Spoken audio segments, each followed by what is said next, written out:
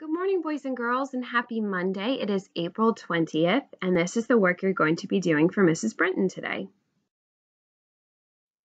Here's our checklist. We have our morning message, reader's workshop, writing, centers, and guided reading. If you're one of my blue group friends, you can meet with me on Zoom today for guided reading. And if you're one of my yellow group friends, you're going to be choosing something from your packet, one of those reading passages to do. Read the story and answer the questions. So here's our morning message, and of course it's a letter, so make sure you put the date at the top, April 20th, 2020. And the letter reads, Dear class, I love to watch clouds go by. If you look closely, you can see different shapes. One of the clouds looked like a lamb. Another one looked like a flower. Yours truly, Mrs. Brenton. Now, clouds has a diphthong in it that we have studied, and that is the OU diphthong. And the OU diphthong makes that ow sound, right? Clouds. I want you to see if you can find two more words that have that ow sound in the middle of them, because usually we use the OU in the middle of words. So see if you can think of some more words with that ow OU sound in the middle of them and write them in those two clouds below. We also have our chit chat where we're going to be coming up with antonyms. So remember, antonyms mean the opposite. So for example, for this first one, we have a picture of stairs and the arrow is pointing up. Then on the other side, we have a picture of stairs and the arrow is pointing down. Up and down are antonyms or opposites. They mean the opposite thing. See if you can do the other two on your own. Then I want you to use any one of those three sets of words to make a sentence. So for example, I might write, when I do laundry, I have to go up and down the stairs. So I've used my antonyms from that first set in one sentence together. See if you can do that on your own at home. Then we have Reader's Workshop. So today you're going to be listening to a really special story called Lily's Purple Plastic Purse by Kevin Hankes. And you can click on this YouTube link below to watch a read aloud of that story.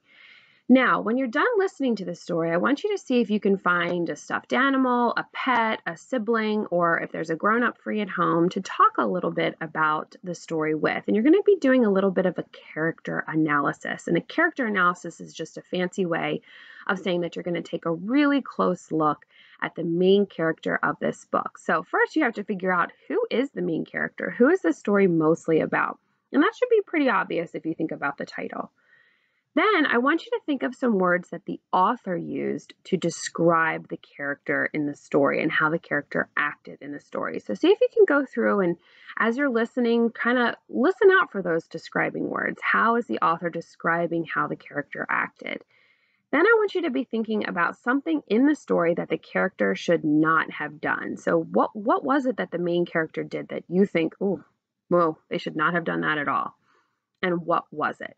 All right, so talk about that with somebody in your family. If you want to write it down, you can. That's an option, but you don't have to. This could just be a good conversation with someone in your house, and it's just good practice because good readers are always really actively thinking about the stories that they're engaged with. For writing today, I have a new writing lesson posted on YouTube for this week, so go ahead and watch that first. It's going to walk you through everything that you need to do this week. And basically what you're going to be focusing on today are brainstorming some ideas about the problem that your character is going to experience in the story and how your character gets out of trouble. When you're done kind of coming up with one really good problem for your characters, then you're going to start working on your second page, which is where you're going to really dive into what that character's problem is. Now, if you're someone who is comfortable writing that on one page, great. If you want to write more, that's great too. So do what works for you, but at least one good page where you're really diving into the problem for your character. And again, watch that YouTube link video and I will walk you through that whole process. For guided reading today, again, Blue Group, you're going to be meeting with me on Zoom. If you are not able to meet with me on Zoom, that's okay. Just choose one of the leveled passages from your packet to complete. If you are able to meet with me on Zoom, I'm looking forward to seeing my purple group friends at 10, my green group friends at 10:20, my red group friends at 10:40, and my blue group friends at 11, and my yellow group friends at 11:20. And remember, these are the colors for the reading groups in Blue Group Homeroom, which is my homeroom. Now, yellow group, which is also Maestra Yahira's homeroom, you are going to be choosing one leveled reading passage from your packet, and you're going to read it and answer questions. So we have 5 new center options for this week. And again, you only have to pick one on Monday and one on Wednesday. If you'd like a little extra practice, you can do one each day, and that's just going to help you to grow in your reading development and get even smarter. So do what works for you. But here are your center options for this week. We've got our word sort, which you can go ahead and complete. You can practice writing it says spelling words, but we don't do spelling words, so just do sight words. So practice writing your sight words in your favorite color, or with sidewalk chalk, or making them with Play-Doh, or typing them, or cursive, or fancy letters. Just practice spelling those sight words. You can also go to readingbear.org to play a reading game. You can practice with your diagraphs by opening up a piece of notebook paper and finding one word for each of these diagraphs. So one word that starts with each of these sounds: sh, ch, th, and w. So that's 4 diagraphs and 4 pictures, and make sure you label your pictures so I know which word you chose. Then finally, you can pick one of your favorite books and look for words that have 2 syllables in your book and words that have 3 syllables in your book. And if you want, you can keep track in your journal of how many of those words that you found. You could tally mark, or you could write the words, or you could just keep count. And tell me, which one did you find the most of? Did you find more of the 2-syllable words or more of the 3-syllable words? And again, you only have to pick one on Monday, one on Wednesday, but for bonus, extra practice, do one each day. And of course, because we have a Makerspace in our classroom, we have a new Makerspace challenge this week, and that is to use recycled materials to build a robot.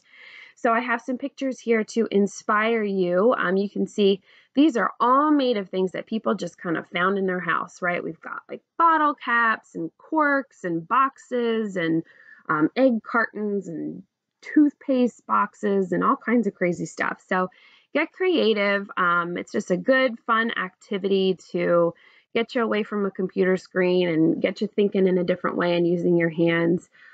So if you want to choose this as a center option in place of one of the other ones, you can do that.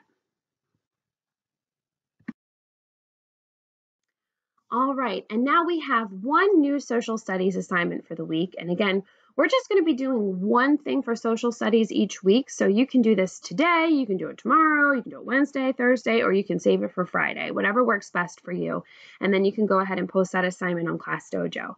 So what you're going to be doing is you are going to be creating a booklet all about scarcity, because you're going to be defining scarcity and describing how it forces people to make choices about what they can and cannot have. So in order to better understand what scarcity is, there is a YouTube link at the top that's going to really walk you through what that means. And then after you've watched that video, you can go ahead and go through your booklet and complete it. If you want a little extra guidance for how to complete that booklet, the second YouTube link will kind of help you to see a little bit of what it will look like. So the second YouTube link is an option, but that first one is really going to help you to understand what scarcity is. And that is your social studies assignment for this week. All right, boys and girls, that's all for me today. Don't forget to post your work on Class Dojo, and thank you to all of those who have been keeping up with that every day. It's so good to see all of the great work that you guys are doing at home. I'm super proud of you, and I look forward to seeing you on Zoom soon. Have a good day, guys.